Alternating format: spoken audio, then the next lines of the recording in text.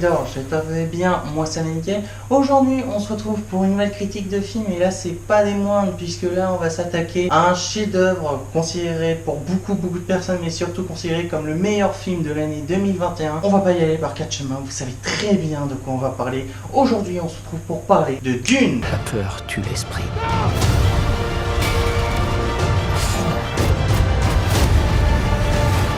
Lorsque la peur sera passée, il ne restera que moi. Ce n'est que le commencement. Dune est un film d'SF aventure sorti le 15 septembre 2021 qui a été réalisé par Denis Villeneuve. Alors pour ceux qui ne connaissent pas, il a réalisé par exemple Premier Contact, Blade Runner 2049 et également Sicario que je vous recommande. Bref, on va pas y aller par quatre chemins, vous savez très bien ce que je vais faire. Je vais d'abord vous faire un résumé du film puis après mon avis global sur le film. Allez, c'est parti. Nous suivons l'histoire de Paul Atreides, un jeune homme brillant et doué au destin plus grand que lui-même, doit se rendre sur la planète la plus dangereuse de l'univers afin d'assurer l'avenir de sa famille et de son peuple. Cette planète est la source exclusive de la ressource la plus précieuse qui soit, pour laquelle des forces sinistres déclenchent un conflit dont seuls ceux sachant maîtriser leur peur survivront. Or, bien sûr, comme tout le monde, je suis allé le voir par curiosité parce que pour ceux qui ne savent pas, Dune à la base c'est un roman. Et petite anecdote, ceux qui ont pu créer l'histoire du film Alien, un des deux, a voulu participer à la réalisation d'un film sur une adaptation du roman Dune. Mais comme ça s'est pas pu faire, il a dû trouver autre chose et c'est grâce à ce refus qu'il a pu tout simplement inventer l'histoire d'Alien. Donc en soi c'est un bien pour un mal. Et du coup, quand je suis allé le voir comme tout le monde, et j'attendais presque rien de ce film, je m'étais dit ça a l'air quelque chose de très intéressant parce que les bandes annonces, comme vous avez pu le voir, envoyaient du lourd vraiment. Et quand je suis allé le voir, j'étais mitigé. Je l'ai trouvé excellent sur certains points et moins excellent sur d'autres points. Je vais tout simplement vous les expliquer dans l'ordre, mais on va commencer tout simplement par l'histoire dans sa globalité, sur ce qui est bien, sur ce qui est pas bien, puis après sur les autres points et également sur les points bien et pas bien. C'est parti. Dans l'ensemble, je trouve que l'histoire vraiment est assez intéressante. Alors, je pourrais pas vous dire si c'est basé sur le roman de Dune parce que sincèrement, je n'ai jamais lu l'histoire. J'en ai entendu parler, mais je l'ai jamais lu. Mais en vrai, il faudrait peut-être que je le lise, sachant qu'en plus, ça c'est le premier d'une trilogie.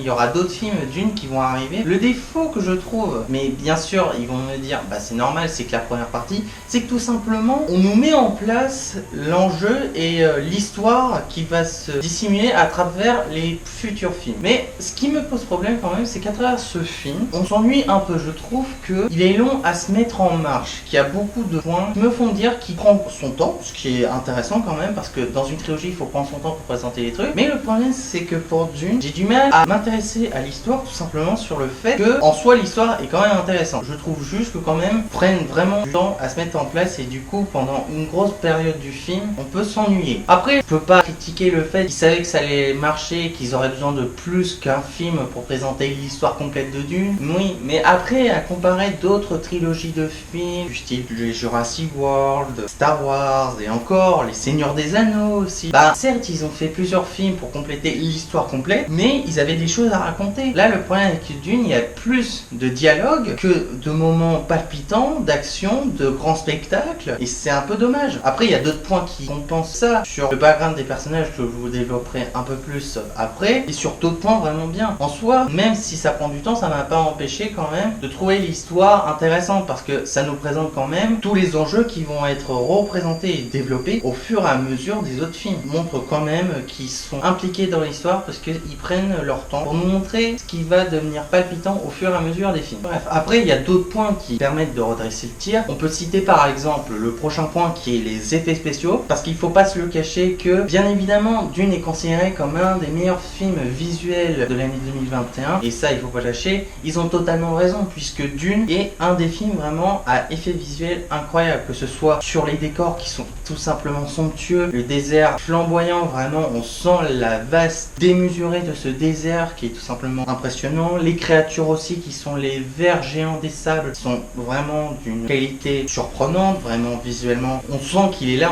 on sent la présence, on sent la menace. Vraiment un souci du détail et vraiment travaillé d'un niveau bien au-dessus que les autres films de cette année-là. Après, il y a un point qui me pose problème, c'est tout simplement sur la colorimétrie. Parce que la colorimétrie est belle, somptueuse, mais il manque un truc. On a l'impression d'être avec eux. Parce que tout simplement, les films, à la base, ça sert un peu pour se changer les idées, d'entrer dans un univers autre. Et il y a un point qui me pose problème, qui m'empêche d'entrer à 100% dans l'histoire. C'est sur la colorimétrie parce que je trouve qu'il n'y a pas de présence de chaleur. Pour vous préciser, on est dans un désert. On doit sentir la chaleur étouffante à tel point qu'ils sont obligés de porter des combinaisons qui recyclent leur eau. À tel point que le désert et cette chaleur doit être imposante comme les vers des sables. Mais la différence des vers des sables, c'est que on arrive à rentrer sur cette menace parce que les vers des sables sont tout simplement imposants. Mais pour la colorimétrie, surtout sur l'effet de chaleur. Parce qu'en fait, c'est vraiment trop propre, trop net. On sent pas la chaleur étouffante du désert. On sent pas à travers la colorimétrie. Parce que c'est tellement propre qu'on n'a pas l'impression qu'ils sont dans le désert. Malgré leur combinaison, malgré le désert. S'ils avaient ajouté juste une couleur orangeâtre qui ajoute un peu l'ambiance du désert, comme on a pu voir dans certains films, on le sent pas quoi, il est pas présent. Et ça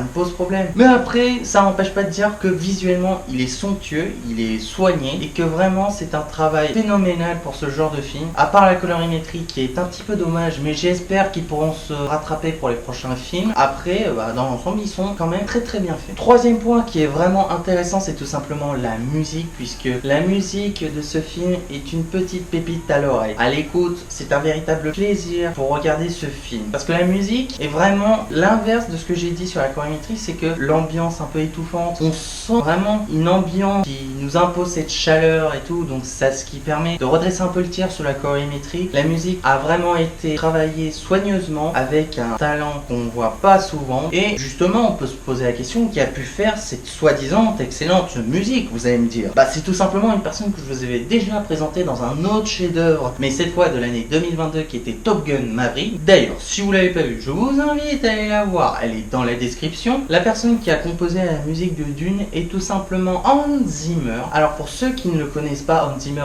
déjà je vous l'ai dit, il a composé la bande son de Top Gun Maverick, Interstellar, Gladiator, Gang de requins, Inception et The Dark Knight de 2008 et de 2012. On comprend mieux pourquoi la musique est une réussite parce que bon, je dis ça comme ça, mais ça n'empêche pas de dire que des fois il y a des grands compositeurs qui ont fait des bandes son un peu nulles. Je vous ai pas lancé d'ailleurs sur ma dernière critique Avatar, je vous invite à la voir, elle est dans la description. Mais James Horner, pour vous préciser, sa bande son a été utilisée dans un film qui est considéré comme le plus gros plagiat de la saga Jurassic Park, qui est tout simplement Raptor. Mais pour revenir sur notre sujet Dune, sur Hans Zimmer, sa musique, tout simplement dans l'ensemble est incroyable, qui nous permet d'être dans le film, sur les moments dramatiques, de révélation, de mystère. Vraiment dans l'ensemble, la musique est une pépite. Mais du coup, on va revenir sur un autre point qui est tout simplement les personnages puis les acteurs. Alors, dans l'ensemble, je trouve que les personnages, il y en a des bons et il y en a des moyens. Simplement les bons, c'est tout simplement les personnages principaux.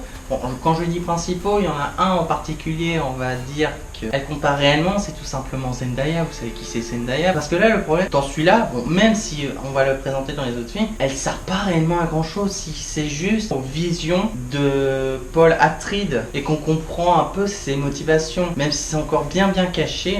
Mais sinon, les restes des personnages, certains m'ont fait passer un bon moment. J'ai trouvé qu'il y en avait un qui était assez divertissant et sympathique, mais sinon le reste, certains sont assez lisses. Ils sont là juste pour continuer à raconter l'histoire. Après, d'autres sont assez intéressants parce qu'ils ont quelque chose d'assez particulier, du style le grand méchant qui est, je trouve, assez menaçant, frissonnant, qui dégage de chez lui. Et vraiment, je trouve que c'est un rôle de méchant qui est pas mal, je vais l'avouer. Parce que sincèrement, dans la majorité des films que je vous ai présentés, qui est un grand méchant, soit pas assez menaçant, soit pas marquant, soit pas assez, etc. La majorité des acteurs sont bons, mais après, je pense qu'on va pouvoir développer ce détail-là dans les prochains films. En fait, ce qu'il faut vraiment retenir, c'est tout simplement que tous les points que j'ai dit un peu négatifs, c'est tout simplement le fait que c'est le premier et qu'on ne sait pas encore beaucoup de choses ou qui sont pas assez développés. Par exemple, les personnages seront mieux travaillés après les avis des gens, peut-être, enfin s'ils écoutent les avis des gens, pour le prochain film. Et du coup, il y a une petite panoplie d'acteurs qui ont participé. On va commencer par le chouchou du public. Même mes amis qui adorent Dune adorent cet acteur. Je me demande même s'ils voudraient l'écouter que vous aimez. Bah les gars, si vous regardez la vidéo, répondez à cette question. Mais du coup, pour vous préciser, cet acteur n'est nul autre que Timothée Chalamet. Il a joué par exemple dans Call Me By Your Name. Je peux vous recommander parce qu'en vrai, je trouve qu'il interprète un rôle très bien et qu'il jouait quand même de manière intelligente et qu'on sentait chez lui quelque chose de naturel. Zendaya, alors pour ceux qui ne la connaissent pas, pour vous préciser, Zendaya, elle a joué dans les 3 Spider-Man avec Tom Holland. Elle a joué également dans Space Jam Nouvelle Ère. Rebecca Ferguson, elle a joué dans Men in Black International et elle a joué également dans Life Origin Inconnue, Hercule de 2014 et également dans Mission Impossible, Le Rogue et Fallout. Oscar Isaac a joué dans la série Moon Knight que j'ai bien apprécié et également dans les 3 derniers Star Wars et Spider-Man New Generation. Jason Momoa, alors pour ceux qui ne le connaissent pas, bon à un moment il faudrait le connaître, hein, je pense que sans surprise vous le connaissez tous pour son interprétation dans Aquaman, également dans la série Game of Thrones, Raven et dans le film Justice League de Zack Snyder. Pour conclure, qu'est-ce qu'on peut se dire de Dune? Alors tout simplement, bon bien évidemment sans surprise c'est un excellent film. Si je disais que c'était un mauvais film, bah il faudrait tout simplement que j'ai des preuves, mais même avec des preuves je sais que je me ferais lyncher par je ne sais pas combien de fans. Mais sincèrement, oui c'est un bon film, que ce soit pour la musique qui est tout simplement une expérience d'échec planétaire, que les effets spéciaux sont absolument somptueux, même si la colorimétrie n'est pas assez imposante pour par exemple le désert, mais qui est quand même rattrapée grâce à la musique. L'histoire dans l'ensemble qui est intéressant, qui est également révélateur au fur et à mesure du film, même si quand même il prend beaucoup de temps à se mettre en place et du coup c'est un peu difficile de suivre. Également les acteurs, certains qui sont bons, d'autres moyens ou pas encore assez développés. Vraiment ce qu'il faut retenir de ce film c'est que déjà c'est un excellent film qui a rapporté beaucoup d'argent parce qu'il a été vraiment bien apprécié. Sur internet vous pouvez voir le pourcentage de gens qui apprécient le film, mais dans l'ensemble je trouve que Dune est quand même un excellent film. C'est pas le meilleur film pour moi de l'année 2021, il fait partie du top 10. Vous allez me demander en quelle place, vous aurez dit en top 4. Sincèrement il fait partie des 5 des meilleurs films de l'année 2021 pour moi. Sincèrement allez le voir, vous allez passer peut-être un agréable moment et hâte pour le prochain film et surtout pour la suite de cette aventure. Voilà les amis, c'est la fin de cette critique, j'espère qu'elle vous aura plu. Vous inquiétez pas, on se retrouvera très vite pour une prochaine vidéo critique. N'hésitez pas à me dire dans les commentaires parce que vous avez pensé de la vidéo, donnez-moi des conseils sur ma manière d'améliorer mes vidéos, ma présentation, mon matériel également, si vous avez également des conseils de matériaux pour moi, mais également donnez-moi des conseils de films et séries à faire en critique ou d'autres concepts de vidéos si vous voulez voir autre chose sur cette chaîne. N'hésitez pas surtout à vous abonner à la chaîne, ce sera un énorme soutien pour moi. Également de liker ces vidéos toutes les autres, de partager ma chaîne avec vos amis, avec votre famille ou avec qui vous voulez. On se retrouve très vite pour une prochaine vidéo critique, réaction ou jeu vidéo. Et sur ce, je vous dis à la prochaine et salut, bye.